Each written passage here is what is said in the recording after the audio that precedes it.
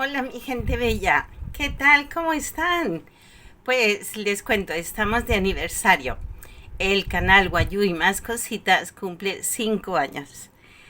Comenzamos exactamente el día 28 de agosto del 2020 y al día de hoy tenemos 5 años de experiencia con este canal.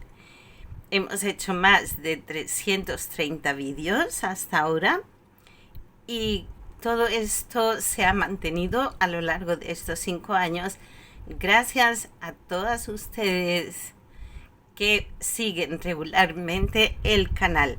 El canal sigue creciendo y sigue en aumento gracias a cada una de vosotras, lo cual estoy muy agradecida. A lo largo de este tiempo hemos trabajado técnica Guayú, hemos hecho mochilas, bolsos, hemos hecho también un cardigan con grannies, que es otra técnica. Hemos trabajado también la técnica de amigurumi, hemos realizado adornos navideños, incluso hemos hecho un portal de Belén y muchas otras cosas, incluso hemos hecho un top, pero siempre hemos trabajado con la aguja de crochet, siempre hemos trabajado el ganchillo en todas las técnicas que hasta ahora hemos podido recopilar. Y todo esto gracias a cada una de las que seguís el canal, a cada uno de los que seguís el canal, que también hay chicos.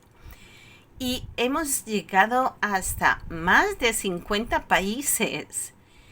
Eso yo nunca me lo podía haber imaginado cuando aquel día, en el 2020, comencé con este proyecto. Pero hoy, después de 5 años, nos vamos manteniendo. No es un canal excesivamente amplio, grande y famoso, digamos, en número de seguidores. Hay otros canales que tienen muchos más, pero no estamos para competir, estamos para aprender y hemos aprendido mucho. Tanto todas ustedes que siguen el canal, que me lo dicen con tanto cariño, profe, he aprendido mucho, estoy aprendiendo mucho contigo. Y yo agradezco todos los comentarios porque todos son muy cariñosos. Yo también he aprendido mucho con todas ustedes.